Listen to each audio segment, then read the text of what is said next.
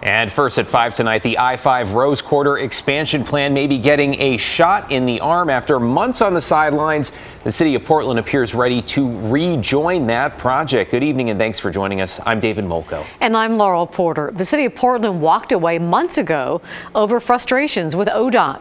Let's bring in Mike Benner now. Mike, it sounds like the city and ODOT have now found some common ground. Yeah, that's right, Laurel. It appears both the city and ODOT support a plan that really lifts up the black community. The city says that wasn't always a priority for ODOT. Now that it is, the city wants to be a part of the freeway project again. And Commissioner Joanne Hardesty is leading the charge. I am proposing that the city of Portland come back to the I-5 Rose Quarter project. As Portland City Commissioner Joanne Hardesty indicated during a city council meeting this week, the city of Portland is set to re-engage in the I-5 Rose Quarter expansion project. I'm proud that we have negotiated an acceptable compromise with the Hybrid 3 option. The Hybrid 3 option, among other things, calls for parts of the freeway to be capped. This paves the way for developable land that'll reconnect the historically black Albina neighborhood. It helps us undo the racist harm of past policies. The perceived refusal of ODOT to reverse that past harm is why the city of Portland walked away from the expansion project in the first place. But now it appears the city is once again willing to work with ODOT. And the nonprofit Albina Vision Trust is all for it, seeing as its values will be guarded. We believe that transportation should heal and connect, that children should be safe in the city core, that the urban fabric should be repaired, stolen wealth should be restored, and we need to build for the future. But not everybody supports the I-5 Rose Quarter project that will add auxiliary lanes and shoulders in the state's most congested area. This is still a huge missed opportunity. Critics of what's sure to be a billion-dollar project say it'll hurt the climate. Any lessening of congestion will be short-lived and they'll be as bad as ever, but with more lanes of it. Perhaps those concerns will be addressed in the months and years ahead. For now, the city of Portland appears to be ready to reclaim its seat at the table.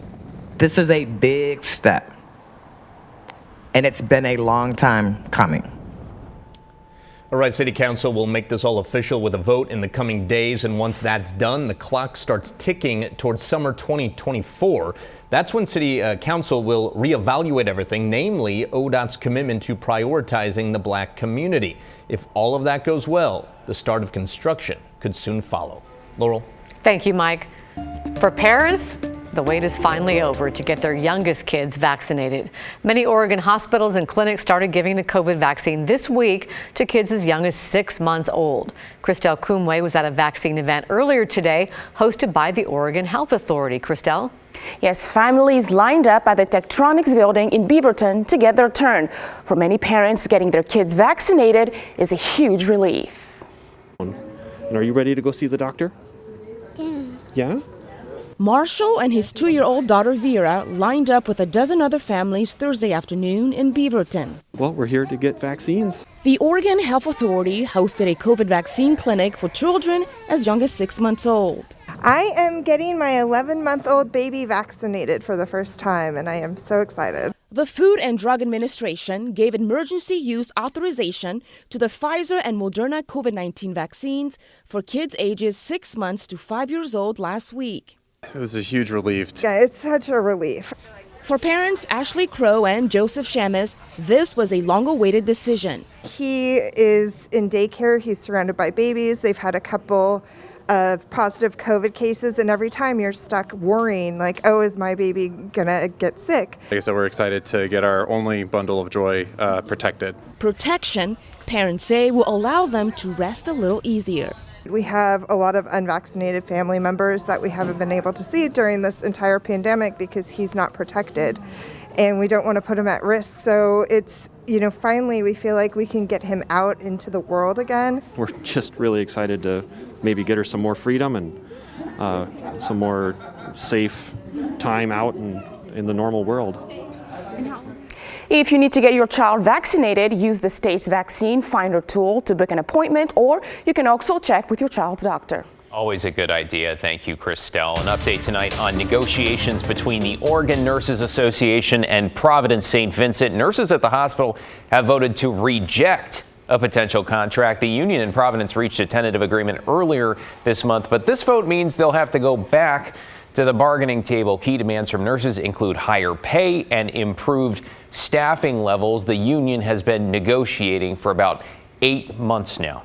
Nike says it's fully shutting down its stores in Russia in response to the invasion of Ukraine.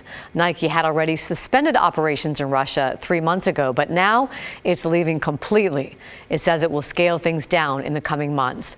Other major brands like McDonald's and Google have made similar moves. Well, it is the undisputed queen of the skies, and tonight a 747 that's been sitting on the tarmac in McMinnville is about to go up for auction, though there's a really good chance it may never fly again. Brian Clerkley went to find out why.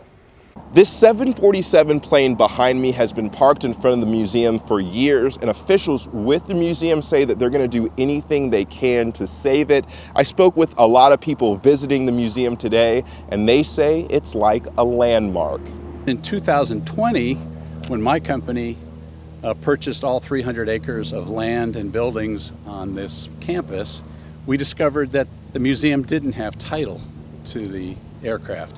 Here at the Evergreen Aviation and Space Museum in McMinnville, a lot of people notice this 747 aircraft while they're driving in. It's become an icon in the area. Wayne Marshall is the board chair of the museum, and he's the president of McMinnville Properties, which owns the land the museum is on. He says the abandoned 747 has been tied up in several bankruptcies, and later this summer there will be an auction.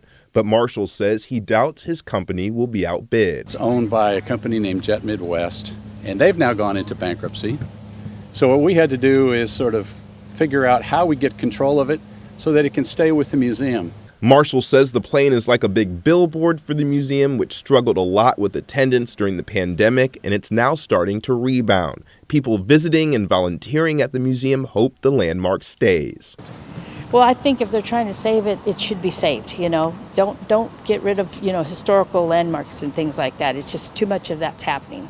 And that auction's going to happen in July. The Yamhill County Sheriff is putting it on, and we'll keep everyone updated on the outcome. In McMinnville, I'm Brian Clerkley, KGW News.